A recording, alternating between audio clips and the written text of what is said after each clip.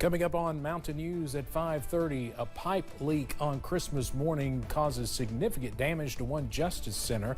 We take a look at the months of repairs ahead. And an increased number of migrants at the nation's southern border is causing problems while the Supreme Court weighs a health-related immigration policy. And it's been enjoyable seeing the sun again, and we'll have plenty of opportunities to do just that as we head through the rest of this week. Details on the way as Mountain News at 5:30 starts right now. Dedicated to southern and eastern Kentucky, this is WYMT Mountain News at 5:30. Good evening, I'm Steve Hensley. It will be several months of repairs for the Hall of Justice building in Madison County after a burst pipe caused significant damage. It's just one of many water-related problems we've heard about since the deep freeze. Kelsey Soto reports. The first word I would use is a mess, and then I would simply say an unthinkable mess. Richmond Mayor Robert Blythe got his first chance to see the damage sustained to the Madison County Hall of Justice after a pipe burst Christmas morning. Our people will work with those persons who take care of matters like this to get it back into functioning as we need for it to function. Water was only flowing for about 30 minutes before first responders were able to get everything shut off, but serious damage was already sustained to the first floor ceiling, walls, flooring, and basement where records are kept. It was heartbreaking to see. It's much, but what you're seeing now is much better than what I walked into on Christmas Day. District Judge Earl Ray Neal says every single paper file is being removed from the courthouse to be sent out of state and dried out and then eventually returned. It's the same process that was used during the Western Kentucky tornadoes and the Eastern Kentucky flooding. District Court is the, I kind of consider it the emergency room of the court process. If you kill somebody, you see a district judge first. If you get a speeding ticket, you see a district judge. So as district court goes, the rest of the process goes. He says they will continue working with their partners throughout the city, state, and court system to make sure these wheels of justice never get off track. We won't stop. We will keep doing what we do. We can have court anywhere as long as we have security and the files and the clerks. We'll just do the best we can. As Kelsey Soto reporting, they estimate it could be several months to make all of the necessary repairs. They're also working with family court and circuit court to try and use courtrooms and share resources. The dangerous winter storm is blamed for at least 55 deaths now nationwide, more than half of them in Buffalo, New York. The city is hauling out piles of snow in a painstaking process and trying to plow residential streets. CBS's Michael George is at Newark Liberty International Airport and also has more on the travel snags still delaying flights and stranding passengers. Cars litter the streets of Buffalo, where digging out from one of the worst storms to hit western New York is a days-long process. The wind and snow did some extreme damage, exposing people who live here to the freezing cold.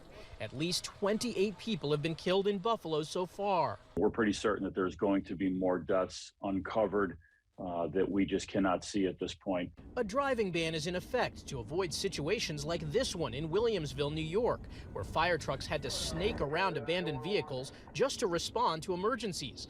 Buffalo officials say those kinds of problems make the job of hauling snow and plowing streets even harder. We're constantly going down a street and we think it's a snow drift or a snow pile and it's actually a car buried underneath there. The storm has forced flight delays and cancellations across the country, but none more than Southwest Airlines, which is still playing catch up. Southwest scrapped more than 70% of its flights on Monday and more than 60% on Tuesday. The U.S. Department of Transportation is looking into the interruptions.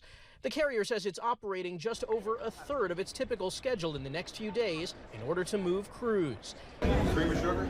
This Southwest pilot handed out coffee and condolences to frustrated passengers in Baltimore. Luggage has piled up at baggage carousels, and passengers everywhere are running out of patience. This whole situation is so stressful. I'm 83 years old. I've traveled a lot of Christmases. This is the worst. Winter weather is blamed for power outages in North Carolina, water problems in Mississippi and Oklahoma, and now a new storm system is dropping snow and rain down the length of the West Coast. Michael George, CBS News, Newark, New Jersey. Well, some lawmakers are calling on Southwest Airlines to issue refunds. Even if you were able to make your travel plans, your holiday concerns may not be over. Public health experts fear a surge in respiratory viruses following holiday gatherings and the upcoming New Year's Eve celebrations.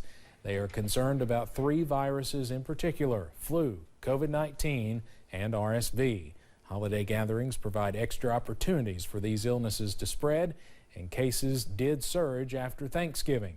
Another factor is the wave of flight cancellations sweeping the country. Large amounts of people are stuck in crowded, stressful settings at airports, which is a recipe for viral spread. The CDC says seasonal flu activity remains high in the U.S., but continues to decline in most parts of the country. COVID-19 increases appear to be relatively mild. Well, it's looking cold tonight yet again, but obviously not as cold as we've seen, but still some rather chilly air in place tonight. And here's a look outside right now from our camera along Interstate 64 at Moorhead. 34 the current temperature there, and you can see the melting in the grass next to the roadway there.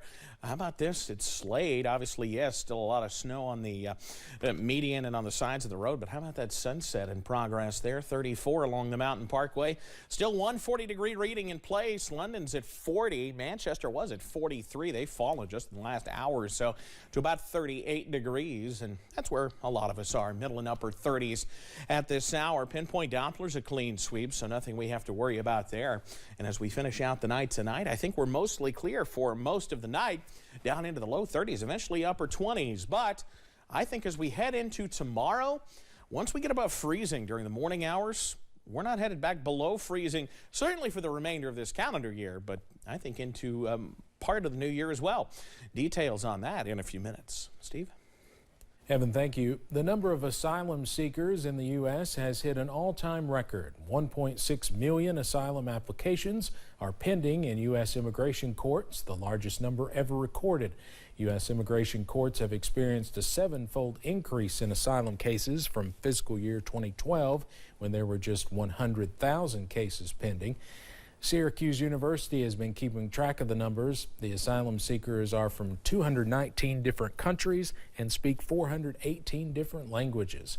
The leading countries of origin include Guatemala, Venezuela, Cuba, and Brazil. Average wait time for an asylum hearing is more than 4 years, but in Omaha's immigration court, the wait time is now almost 6 years. Immigration officials and private aid groups are struggling to handle an increased number of migrants at the southern border, while the Supreme Court weighs a health-related immigration policy that kept many asylum seekers out of the country. CBS's Skylar Henry has more from Washington, D.C. El Paso has extended an emergency declaration as it struggles to accommodate the growing migrant population arriving daily. There are babies, there are little kids here, there are all kinds of people here. Many are coming in anticipation of the end of Title 42, the Trump-era COVID-related policy which denies U.S. entry to asylum seekers.